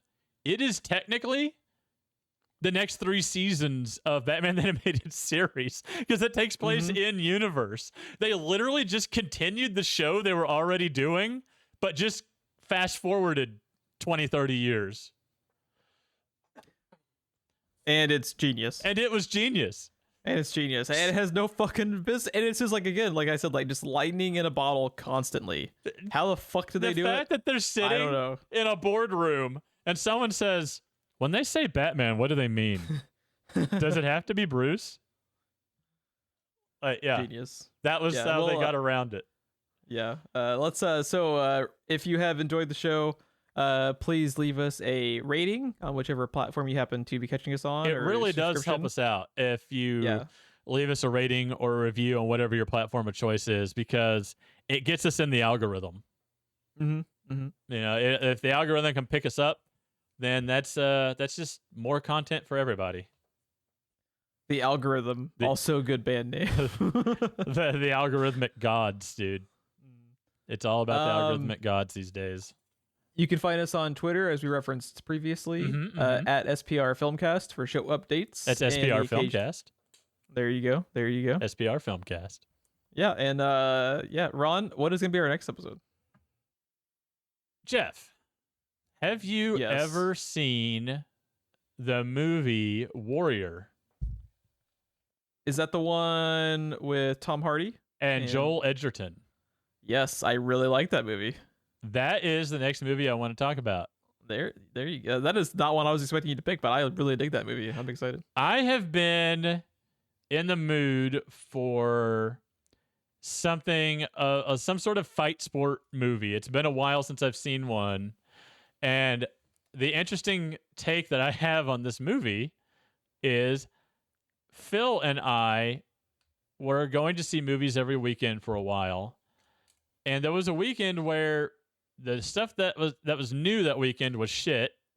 And the stuff that was old, we had already seen. And it's like, while we don't mind watching something multiple times, we were there for something new. So literally, we did the thing where we stood in front of the box office and just talked about it and picked a movie that we knew nothing about. I knew nothing about Warrior. I hadn't seen the trailers. I hadn't seen anything. And I just kind of expected to go in and either I was going to like it or I was going to make fun of it. That was going to be the thing. And Phil is not even really into these kind of movies. And we both walked out of that movie like, this movie is fucking awesome. It's great. Like Nick Nolte, Tom Hardy, Joel Edgerton, Frank Grillo. Yeah, it's got Crossbones. Yeah. It's got Bane and Crossbones, It's bro. got Venom and Crossbones. What are you talking about? Yeah. Yeah. So yeah, and Uncle Owen. Uncle Owen and Peru, no. John Williams, no. Now we have to finish this with Danny Elfman. That fucking tweet that was going around of like the barbecued action figures of it's just like I told you about. I might have to buy it. I told you about the Samuel L. Jackson. Was it Samuel L. Jackson or was it fucking Ellie, the Jurassic Park toy that came with Samuel L. Jackson's arms, his severed arms? I sent you a picture of it. That is amazing. And I found it again at Target when I was looking for the Hot Wheels things. I might have to buy it. Fucking love that. It's so good. We gotta get the fuck out of here before this episode hits 2 hours long. At this point, I think we're longer than Batman: The Mask of the Phantasm was. Hour and 16. So yeah. Shit, dude. We got commentary plus. We got commentary beyond. Dude, what this movie accomplished in an hour and 16 minutes. I had to sit through 6 fucking hours of the Batman. I like the Batman. Oh, that movie, man. It's but yeah, we gotta go. We gotta go. The Warrior from 2011. It is on Cinemax. If you have Cinemax, otherwise it is $3.99 to rent in 4K anywhere you rent your movies. It looks like. All right. Yeah, I'll probably. It's actually $10 to buy on Apple TV. I might just buy it because I really like that movie. It's a really good movie. It's really good. I have only seen it the one time. So same. while I remember, I saw opening weekend in theaters. That's the only time I've ever seen it. It was like 2011. For all I know, this movie could suck, and I just liked it at the time. I don't know. It doesn't suck, but I really liked it. It has great performances in it, and that is about all I remember. I remember the story being the thing that captivated me even more than the fights. So yeah, because I remember being really blown away by the story in it. So because it's like an interpersonal storyline that just happens to be surrounded by MMA. You know, it's not like the forefront of it. It's kind of like Creed a little bit in that way. Wouldn't know. I've never seen a Rocky movie or a Creed movie.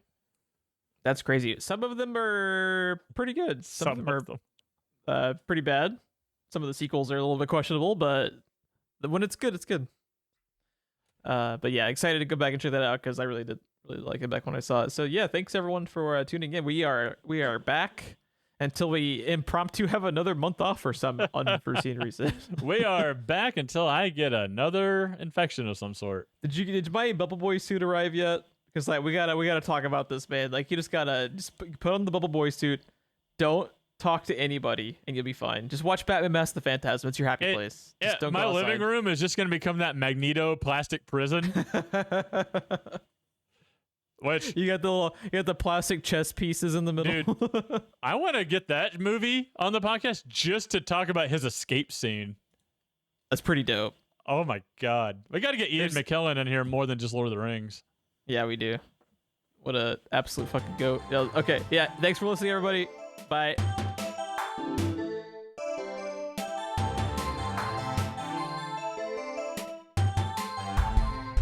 You know what I didn't show you?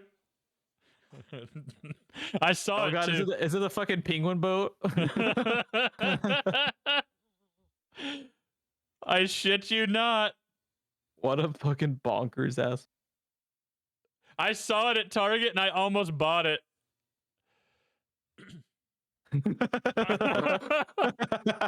You should have bought it. I almost bought it. Fucking penguins, man. If I find it a second time, I'm gonna take that as a sign. I love that they fucking made that. That's so awesome.